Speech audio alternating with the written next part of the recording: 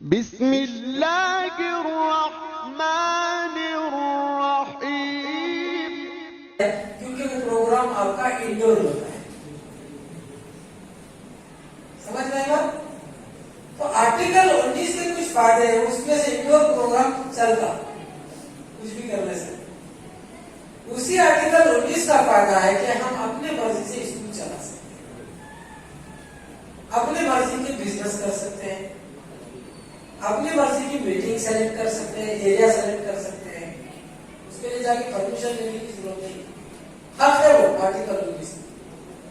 उसी आर्टिकल 19 का फायदा है कि आदमी तालीम के लिए, बीमारी के इलाज के लिए और कारोबार के लिए पूरे इंडिया में जा सकता है, कहीं भी जा सकता है। उसी आर्टिकल 19 का फायदा है। तो हरियाणा की गवर्नमेंट ने कोशिश की कि आर्टिकल 19 को खत्म किया जाए। एक इंडोर प्रोग्राम था, उसको खत्म करने की कोशिश की। तो गांव के लोगों के प्रोग्राम को मना कर रहे थे, बोले क्या ये आर्टिकल 19 खत्म हो गया तो हम कुछ भी नहीं कर सकते हैं भारत में। उन्होंने क्या किया, 6 अक्टूबर को आरएसएस के हेडक्वार्टर को घेराव कर दिया। कितने मुसलमानों को मालूम है? 6 अक्टूबर को आरएसएस के हेडक्वार्टर का घेराव हुआ। कितने मुसलमानों को मालूम है? कितने लोग गए हो मालूम? 3 लाख लोग कम से कम। वलौला दफ़्क़ुल्लाहि नास बाज़ुहुम बिबाज़िन लफ़सदतिल अर्ज़। जब सिर्फ सर चढ़ के बोलता है ना, तो अल्लाह तबारक व तआला अवाम की ताकत को खड़ा करता है। उन्होंने कहा कि हरियाणा की गवर्नमेंट जो आर्टिकल 19 को खत्म करने की कोशिश कर रही है, किसके इशारे पर कर रही है? आरएसएस के इशारे पर कर रही है। ये क्या हम हरियाणा की हुकूमत में जाकर प्रोटेस्ट करेंगे? चलो जाके सीधे उसके हेडक्वार्टर का ही घेराव कर लेंगे। 3 लाख से ज्यादा लोग जमा हो गए। रिपोर्टर देखा किसी अजनबी आदमी की गाड़ी उसमें दाखिल हो गई प्रोटेस्ट के दौरान। आमतौर से जब लोग गुस्से में रहते हैं, किसी की भी गाड़ी को जला देते हैं। तो रिपोर्टर बोला तुम इसको जलाओ, अच्छा न्यूज जाएगा दुनिया में।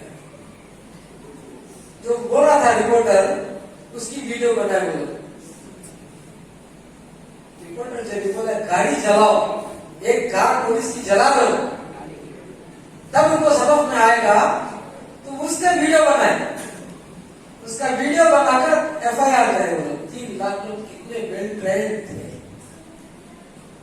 उसका एफआईआर करा। बोले ये आदमी भड़काऊ बातें कर रहा था, हम भड़कने के लिए नहीं आए थे, सिर्फ सबक सिखाने के लिए आए थे। आरएसएस को सबक सिखाने के लिए आते, तकलीफ पहुंचाने के लिए नहीं आते।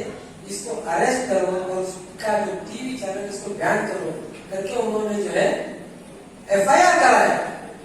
हम लोग क्या करते हैं केजीएल डीजीएल के मसले में?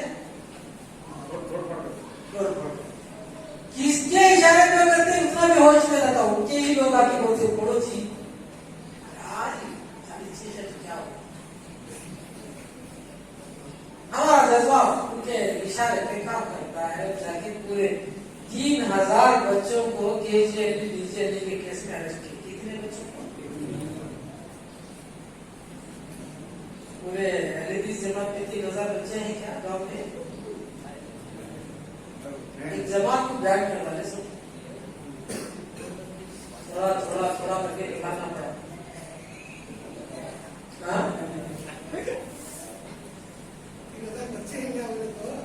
बच्चे नहीं, सब बच्चे बड़े हो गए, बच्चे बड़े हो गए।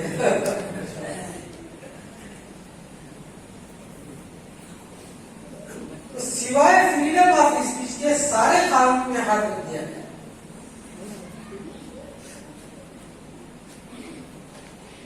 किसी भी कौम के हलाकत की ये बीमारियां जाहिर है। अब इस कौम पर कभी भी अल्लाह ताला कार्रवाई कर सकता है। इससे पहले कि दर्दनाक अजाब की कार्रवाई शुरू हो जाए, नबियों ने पूरी अमानतदारी के साथ को समझा समझाया कि ये करना अल्लाह क्योंकि जो समाज अल्लाह के साथ किसी दूसरे को शरीक ठहराती है उस पर तीसरी बड़ी आपत्ति है आती है आपसी झगड़े।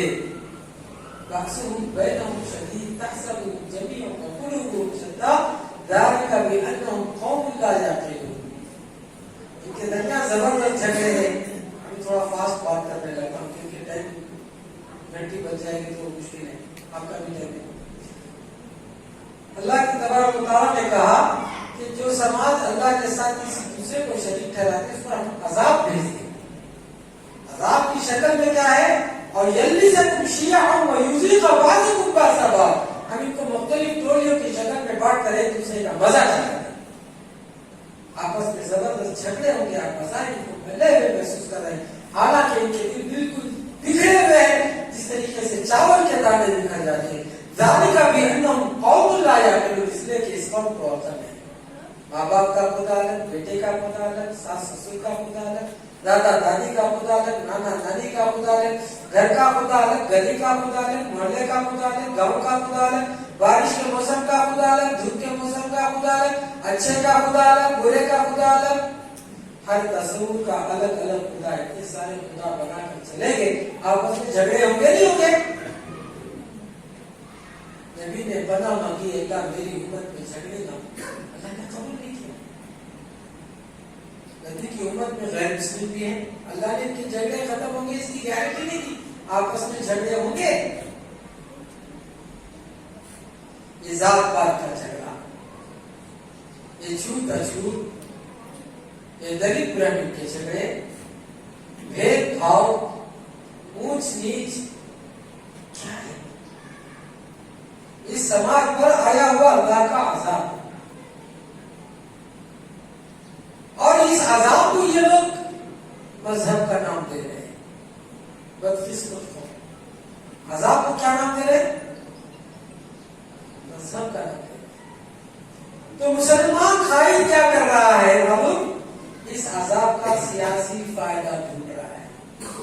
इन्ना लिल्लाहि व इन्ना इलैहि राजिऊन। पहले से कोई कौम अज़ाब में है, उसके उस अज़ाब का सियासी फायदा कोई ढूंढेगा? रसूलुल्लाह सल्लल्लाहु अलैहि वसल्लम के जमाने में, मैंने पहले ही कहा था, हमारा सबक थोड़ा कड़वा जरूर है, कड़वे मौजूद मिजाज सेट के सुनो। रसूलुल्लाह सल्लल्लाहु अलैहि वसल्लम के पास औस और खजरज का झगड़ा आया। किस वक्त आया? जब सहाबा जान बचाने के लिए मक्का छोड़कर भाग गए, चाहते तो इस झगड़े का फायदा उठाकर और सब खजरत के झगड़े का फायदा उठाकर मक्के वालों के हाथ ठंडे करा। ने कहा झगड़े से अच्छा हल है। लोगों ने पूछा क्या है? क़ूलू ला इलाहा इल्लल्लाह। जात पात के झगड़े का हल सियासी फायदा उठाना नहीं है।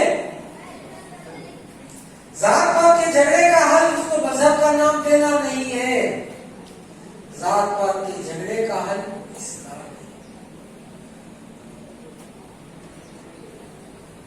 अम्बेडकर ने लिखा था उसके जमाने में कि जात पात से आजाद होने के लिए उनके पास दो ही ऑप्शन है, खुदकुशी कर लो तो जात पात से न जाओ। इसलिए बहुत पढ़े लिखे लोग अच्छा कमाने के बावजूद खुदकुशी कर लेते। जात पात का जब उनको मालूम होता है सिस्टम में प्रॉब्लम है, तो खुदकुशी कर लो या धर्म बदल लो।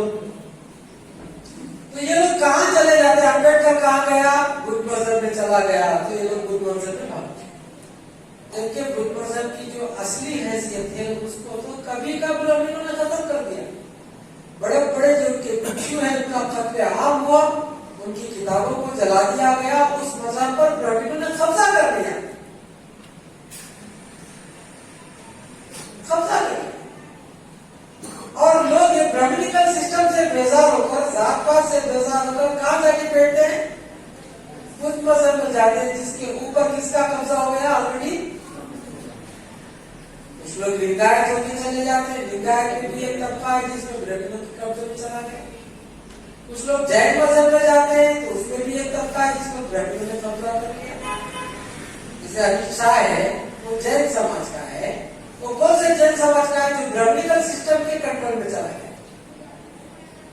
आपके येडियुरप्पा है वो लिंगायत है, लेकिन कौन सा लिंगायत है जो ब्राह्मणिकल सिस्टम के कंट्रोल में चला गया। लिंगायत समाज तो ब्राह्मण के खिलाफ है, लेकिन वो किसके कंट्रोल में चला गया?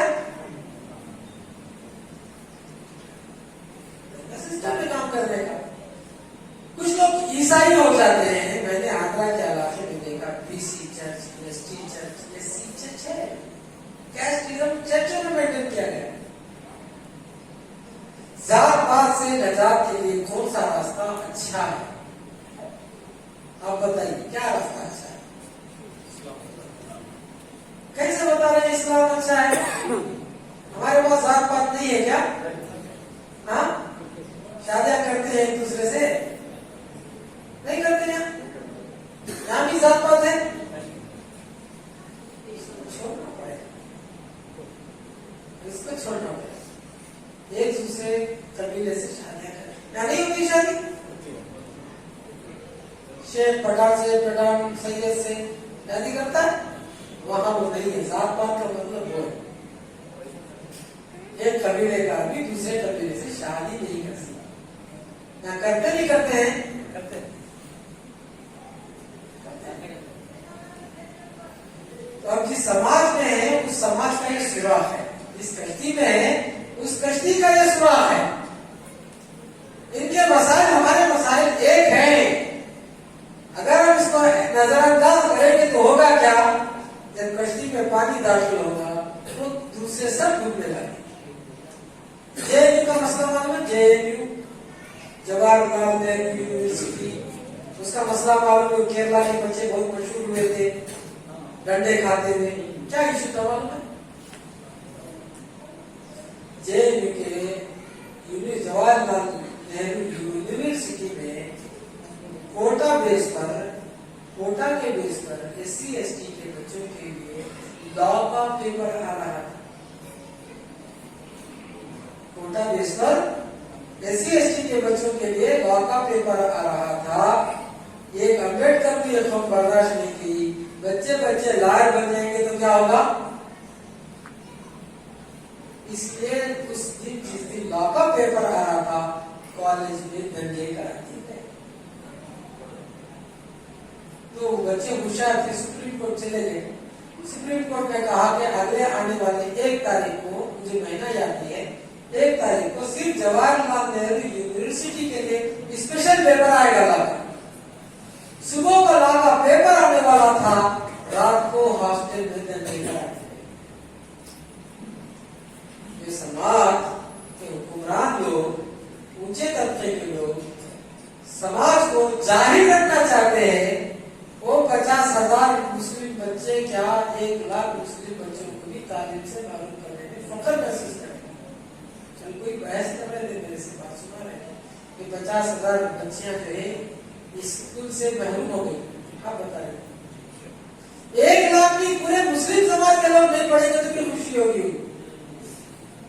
सिर्फ मुस्लिम नहीं, हम समझ रहे हैं मुस्लिम, दलित समाज के लोग नहीं पढ़े तो भी खुशी होगी। मध्य प्रदेश में स्कूल की हालत आज की क्या है मालूम? आज की बता रहा। सारे स्कूल में डिपार्टमेंट के जो टीचर्स हैं उनको टारगेट दे दिया गया कि तुम आधार कार्ड और इलेक्शन आईडी कार्ड को मिक्स करके लाओ। टाइमिंग क्या है स्कूल के पढ़ाने का टाइम? बच्चे स्कूल को आते हैं, टीचर आकर हाजिरी देके निकल जाता है। कहाँ? गाँव देहातों में चला जाता है। टारगेट दिया गया है 30% कम हुआ, 50% हुआ, 80% हुआ, रोज हमारा रिपोर्ट देना है। और वो टीचर पढ़ाएगा या इलेक्शन आईडी कार्ड और आधार कार्ड को मिलाते फिरेगा? उसको तनख्वाह से मतलब है। तनख्वाह किस बेस पर उसको मिल रही है? पढ़ाने के बेस पे मिल रही है, वो काम करने के बेस पे मिल रही है। एक उम्र ही मुझे सुना है कि बच्चे अगर गेट पर खड़े हो जाते हैं, साथ 1 हफ्ता होगा, 1 घंटा तो पढ़ा के जाओ।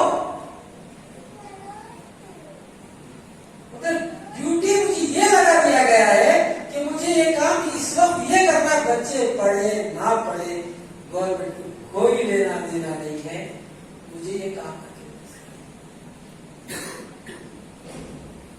अभी कर्नाटक में जो इंटरव्यू होता है ना, बच्चों को गवर्नमेंट स्कूल में टीचर को इंटरव्यू होता है, उसमें क्या सवाल आता है?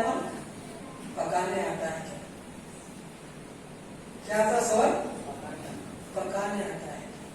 क्यों पकाने का क्या सवाल है? बच्चे 8 बजे आएंगे, 12 बजे उनको खाना खिलाना है, तो कौन पकाएगा? बच्चे पकाएंगे, टीचर पकाने जाएंगे।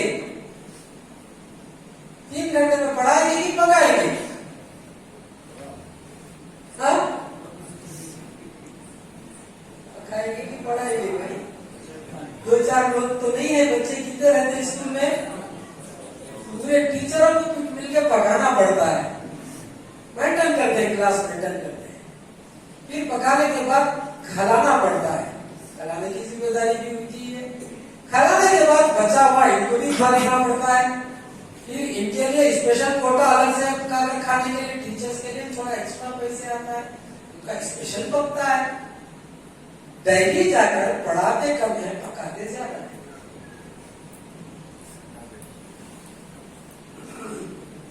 टीचर्स डेली जाकर पढ़ाते कम है, पकाते ज्यादा है। अब आप समझो कि हमारे बच्चों का मुस्तकबिल क्या होने वाला है। इसलिए मैं बहुत ही अदब, एहतराम और आजिज़ाना गुजारिश के साथ में मस्जिद मैनेजमेंट के लोगों को कहता हूँ कि स्कूल में बच्चे पढ़े ना पढ़े, हमारे मस्जिद के अंदर जैसे हम अपने बच्चों को कुरान पढ़ाने के लिए सीरियस है, ऐसे ही ट्यूशन भी यहाँ शुरू करें, फ्री ऑफ कॉस्ट।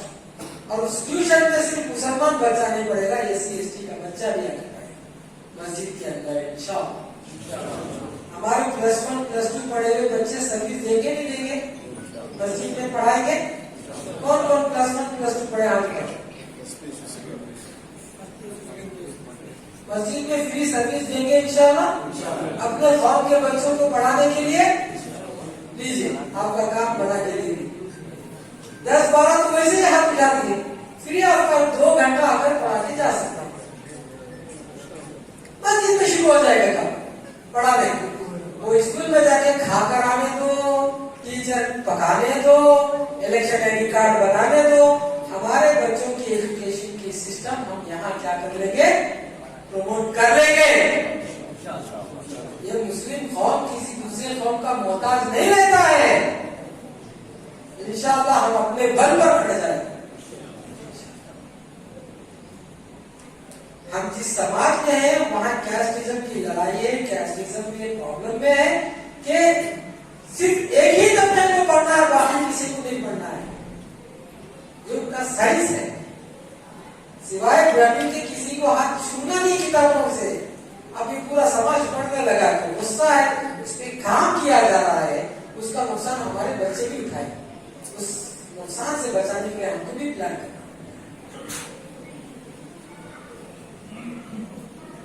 रसूलुल्लाह सल्लल्लाहु अलैहि वसल्लम ने कहा, मुसलमान और गैर मुस्लिम एक कश्ती में सवार के बराबर है। नीचे के हिस्से में सवार हो जाएगा तो ऊपर वालों को नुकसान होगा जरूर। मौजूद मेरा दूसरे तीसरे रास्ते पे चला जाता है, क्योंकि बहुत कुछ सुनाना असल मौजूद से मैं भटक जाता हूँ। खुलासा कलाम यह है कि शिर्क करने वाले समाज को अल्लाह ताला आपस में लड़ाता है। वो अज़ाब है, साथ में रहते रहते हम लोग भी लड़ने वाले बन गए।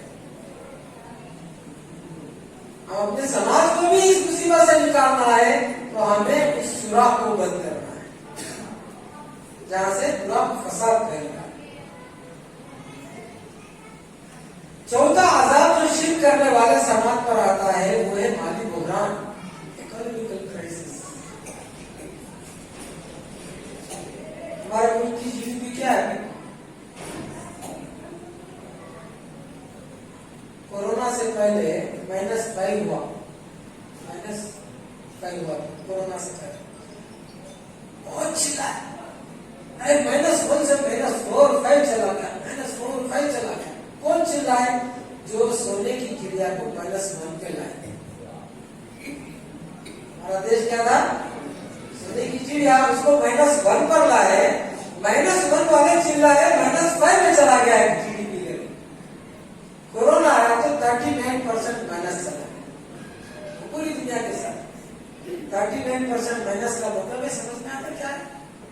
किसी कंपनी में 100 आदमी काम कर रहे हैं, वो कंपनी बचा लेना है तो 39% लोगों को निकालना पड़ेगा। जिद करके चलाएंगे तो इनका दिवालिया निकल जाएगा। 39% माइनस से सडनली 6 महीने के अंदर 24% माइनस आए। माइनस है लेकिन ग्रोथिंग तो है, ग्रोथिंग तो है। मुझे यकीन नहीं है पूरी दुनिया में कोरोना की वजह से जीडीपी की वैल्यू गिरते से गिरती जा रही है। हमारे मुल्क के अंदर ग्रोथिंग कैसा हो गया है? एक रिपोर्टर को पकड़ा, ये कैसा हो मुझे समझा, तुमको क्या समझ नहीं समझा, तुम्हें क्या लेना देना बोला? मुझे समझाना है लोगों को ये कैसा होगा, वो तो समझ में आना है। तो उन्होंने कहा सीधी सादी बात है कि जो कंपनियां भाग गई कोरोना के जमाने में, जिनका दिवालिया निकल गया, उसको हिसाब किताब में नहीं जोड़ा गया। तब जाके वो 39% माइनस से ग्रोथिंग क्या दिखाया गया? 24% माइनस दिखाया गया।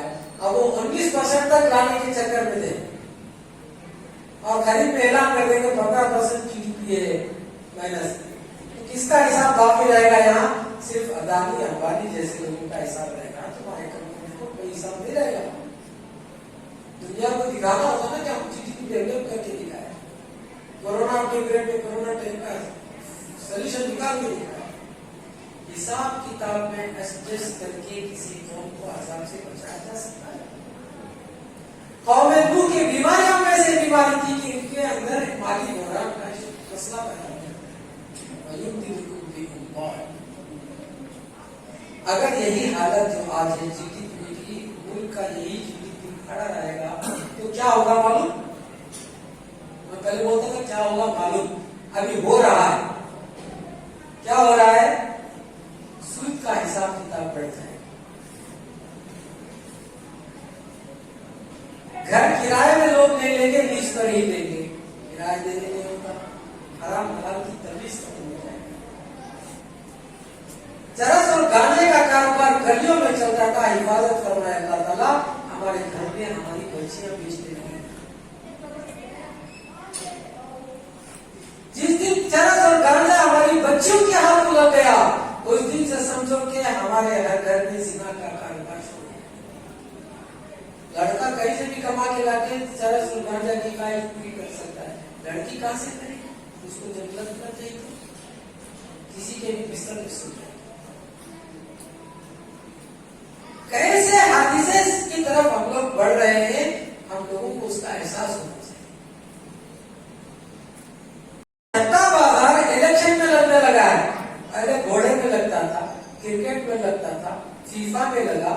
तो मुस्लिम समाज के लोग क्या प्रोपेगेंडा करें, दीन की तबलीग होती है। सट्टा बाजार है फीफा। फीफा क्या है? जुआ है।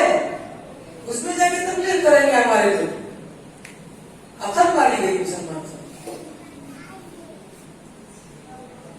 अब सट्टा बाजार आपके इलेक्शन में लगने वाला है। कौन एमएलए बनेगा, कौन एमपी बनेगा, कौन काउंसलर बनेगा, इस पे सट्टा लगने वाला है। चोरी और डकैती तो कारोबार हो जाएगा। 1000 रुपए के लिए मर्डर हो जाएगा। याद रखिए, घर में बीवी बच्चे भूखे हैं, आपके पास एंड्रॉइड फोन है, आईफोन रख के चल रहे हैं, कोई वैल्यू नहीं होगी इंसान की जान। अभी जीडीपी की यही हालत रही, आगे और भी सख्त दिन आ जाएगा। जब पूरा समाज एक डाकू किस्म का तैयार हो जाएगा, उस वक्त पर आजाद की कार्रवाई हो जाएगी। इससे पहले कि ये पूरे दिन देखने को मिले, हम सबकी जिम्मेदारी है कि हर घर तक इस्लाम पहुंचाएंगे। छोटा सा पैटर्न बता के मैं अपनी बात गाँव का काम कैसे करना चाहिए, छोटा सा पैटर्न। शायद इसके बाद शायद मौका भी नहीं मिले, खाना खा के जाएंगे, करेंगे, अमल करेंगे इंशाअल्लाह। बच्चे भी कर सकते हैं, बड़े भी कर सकते हैं। रसूलुल्लाह सल्लल्लाहु अलैहि वसल्लम मदीने में तशरीफ लाए। मदीने में आने के बाद मदीने की पॉलिसी पे बात की कि मदीने में आइंदा काम कैसे चले। कोई भी आदमी की जो पहली तकरीर होती है किसी भी डिपार्टमेंट में, जब वो बड़ा बनता है तो उसकी पॉलिसी पर उसकी पहली तकरीर होती है। समझ है? प्रिंसिपल आया तो उसकी पॉलिसी बताएगा, एमएलए आया तो उसकी पॉलिसी बताएगा कोई क्या करने वाला। आरएसएस का संचालक बना मोहन भागवत, तो उसने पहले ही तकरीर में सुना दिया कि जो लोग बॉर्डर में हथियार उठा रहे हैं उनको हम नहीं बांटेंगे। हमारे लिए सबसे बड़ा चैलेंज क्या है? वो लोग जो रास्ते में खड़े होकर किताबें बांटते हैं। पॉलिसी क्लियर कर दी कि वो आगे की क्या काम करेगा, दावत को टारगेट बनाएगा, जनता को रहेगा, और उसने काम किया। जो बाइडेन अमेरिका का प्रेसिडेंट बना, तो उसका पहला प्रेस कॉन्फ्रेंस था, उसमें उसने कहा कि अरब और यमन के झगड़े से हमें कोई लेना देना नहीं है, तालिबान से हमें कोई लेना देना नहीं है, सीरिया के मसले से हमें कोई लेना देना नहीं। ठीक है?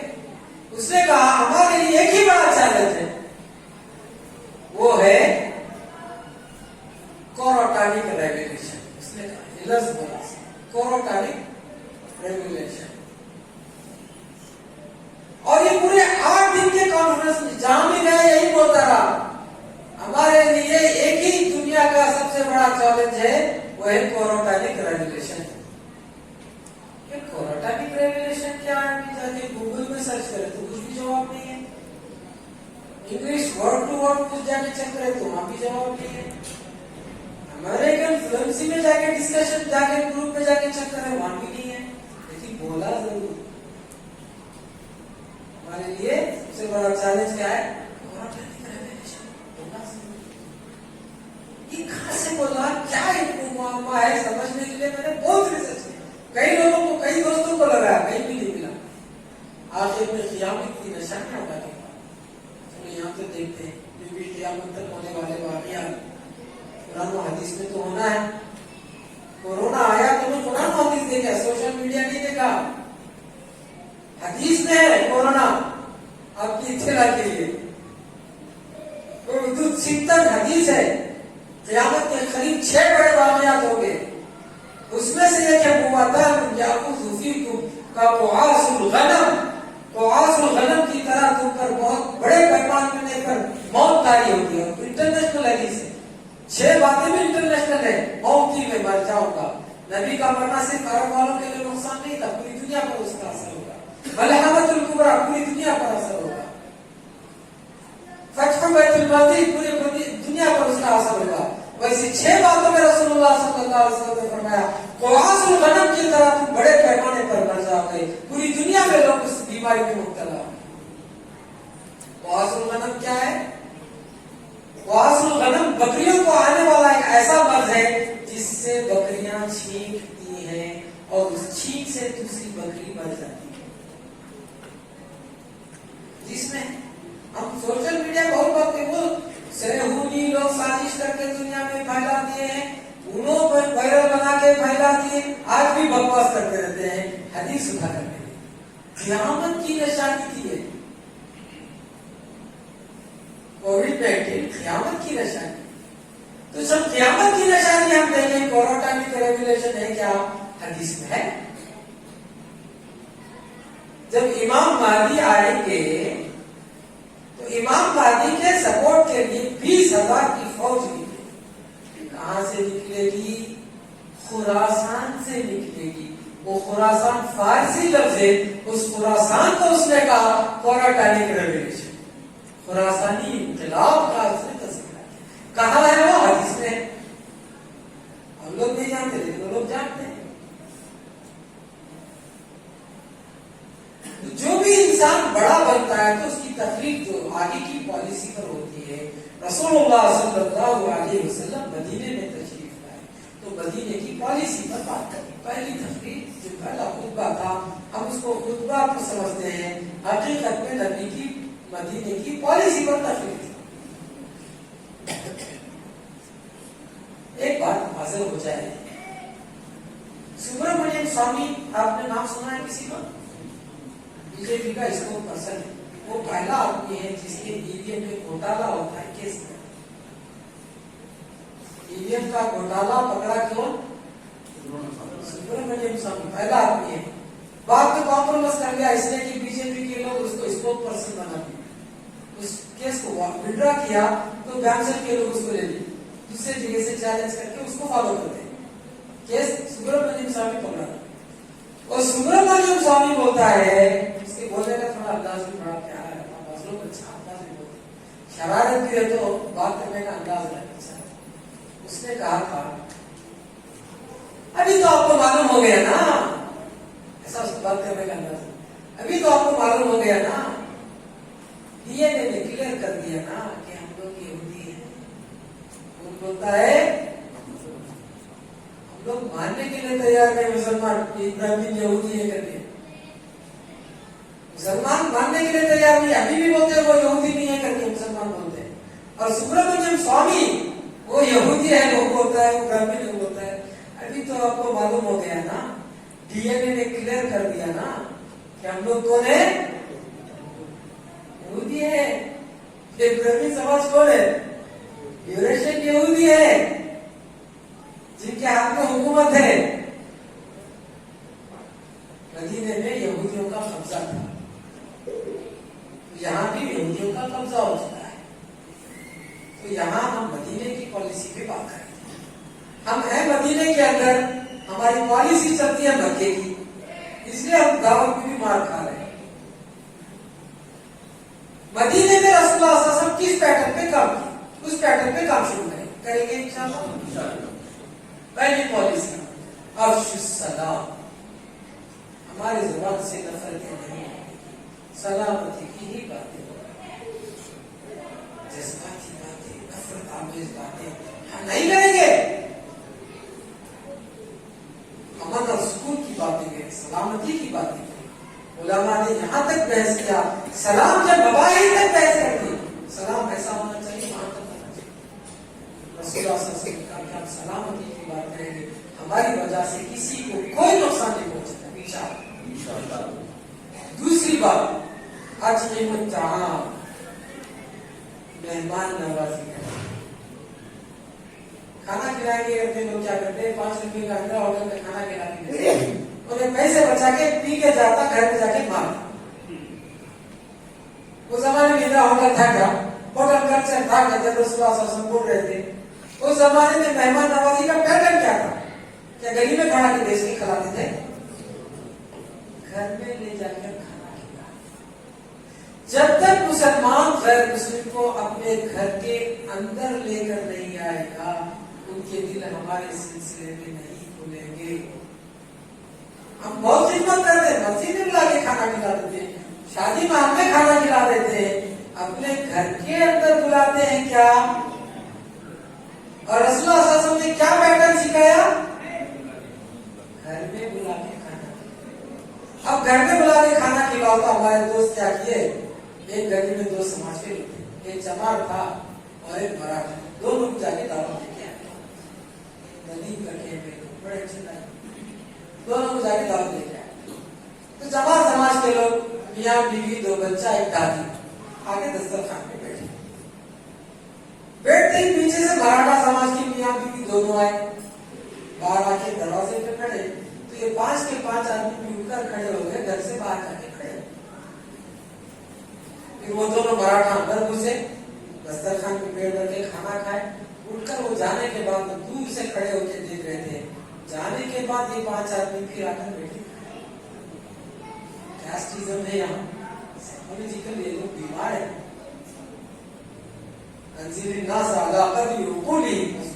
ने कहा कि लोगों की ज़हनियत को सामने रखकर बात करो।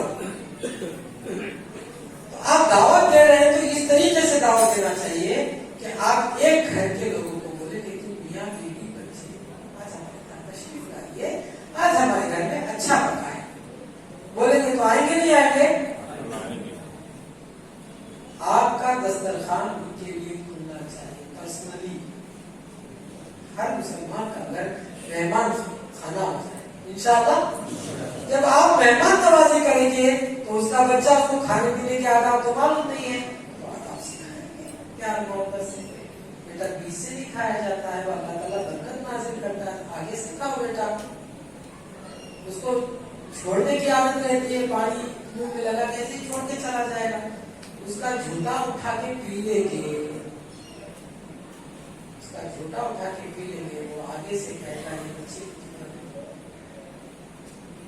इस कौम को बड़े बड़े बयानों की जरूरत नहीं है, इस कौम को तुम्हारे मोहब्बत की जरूरत है, तुम्हारे अपनाइयत की जरूरत है, तुम्हारे एहतराम की जरूरत है। इस चीज की इन्फॉर्म कीजिए। सुप्रीम कोर्ट का एक्स जज ने कहा ये बात एक प्रोग्राम में, वो 5 साल बुद्ध मजहब में था, 5 साल बुद्ध मजहब में चला गया, उसके बाद 8 साल इस्लाम पर रिसर्च किया और उस दिन इस्लाम को बोल दिया। जिस जमाने में एनआरआईसी को डरकर मुसलमान इस्लाम छोड़ने की बातें करते हैं, उस जमाने में एससी का एक सुप्रीम कोर्ट का जज मुसलमान, उससे लोगों ने पूछा तुम क्यों मुसलमान होना चाहते हो, तो उसने कहा तुम्हारी मोहब्बत की खातिर। तो प्रोग्राम का ऑर्गेनाइजर जो था वो कहा अल्लाह के लिए इस्लाम पे आना चाहिए, जन्नत के लिए आना चाहिए, मुसलमानों की मोहब्बत के लिए नहीं आना चाहिए। उसको गुस्सा है, माइक लिया, प्रोग्राम में था, उसने कहा कि पहले हमारे कौम को ये भूख लगी है, वो क्या है तुम्हारे मोहब्बत की भूख, आप हमारे समाज को ये भूख मिटा दीजिए, आपके पास है, उसने कहा तुम्हारे इस्लाम ने ये डेवलप किया तुम्हारे अंदर, तुम्हारे अंदर हमारी कौम की भूख मिटाने का फंड है, आप इस समाज को ये भूख को मिटा दीजिए तो तुम्हारे वो अल्लाह को भी मान लेंगे, रसूल को भी मान लेंगे, कुरान को भी मान लेंगे, जन्नत। उस पैटर्न पर रसूलुल्लाह सल्लल्लाहु अलैहि वसल्लम ने मदीने में काम शुरू किया। तमाम देखने में मेहमान नवाजी छोटा मौजू है, पूरे अरब का नक्शा बदल दिया, छोटा सा काम है, पूरे अरब का नक्शा बदल गया। जब आप दस्तरखान में बैठेंगे, आदाब सिखाएंगे, मोहब्बत का इजहार करेंगे, अपनायत का इजहार करेंगे, वेलकमिंग करेंगे, तो वो कहेगा मेरी बीवी को तुम समझाओ। वो उन लोगों से बात करती है जिसको मैं बात करना पसंद नहीं करता, प्लीज समझाओ ना, बोलेगा नहीं बोलेगा। जब हमारी औरतें उनकी औरतों को समझाने लगेगी तो उनकी औरतें हमारी औरतों को बोलेगी मेरा शौहर तो बहुत अच्छा है, लेकिन क्या करे वो पीता है ना तो जंगली जानवर, प्लीज इसको समझाओ। रसूलुल्लाह सल्लल्लाहु अलैहि वसल्लम ने कहा मेहमान नवाजी करो, वसीलुल अरहाम काउंसलिंग करो। साहबा का हर घर काउंसलिंग सेंटर बन गया। इंशाअल्लाह करेंगे हम में से हर आदमी काउंसलिंग सेंटर कहां बनाएंगे, अपने घर को बनाएंगे। ये बच्चे आप अपने माँ बाप को बोलो कि मैं अपने स्कूल का जो क्लासमेट है ना उसके पेरेंट्स के साथ मैं घर में दावत देना चाहता हूँ, आ सकता हूँ, उनके अम्मी अब्बा को खाना खिलाएंगे। बोलेंगे तो आपके अम्मी अब्बा मना करेंगे, मना करेंगे क्या कि पेरेंट्स भी तो नहीं गए, मना करेंगे। हर मुसलमान का घर दावत जो है मेहमान खाना बन जाए, काउंसलिंग सेंटर बन जाए, रात में उठकर उस कौम की हिदायत के लिए दुआ करें, तो पूरा कौम से अल्लाह ताला हम सबको सुन्नत के मुताबिक जिस दौर में हम हैं, जिस सिचुएशन में हैं, उस सिचुएशन को रखकर दावत के काम को फरोग देने की तौफीक नसीब फरमाए। आमीन। आखिर दावाना बस 3 ईमान सुना के बात खत्म कर देता हूँ। बाकी जो आजाद की शक्लें हैं उसमें से एक शक्ल बेहयाई है, क्योंकि ये कौम बुतों की पूजा नहीं करती, शैतानों की पूजा करती है और शैतान को बेहयाई से करना है। अच्छे अच्छे घराने की बच्चियां अदलत की गलियों में घूमती नजर आएंगी, शराफत, इज्जत, खानदान, नाम, रुतबा सब जिल्लत में बदल जाए शिर्क की वजह से।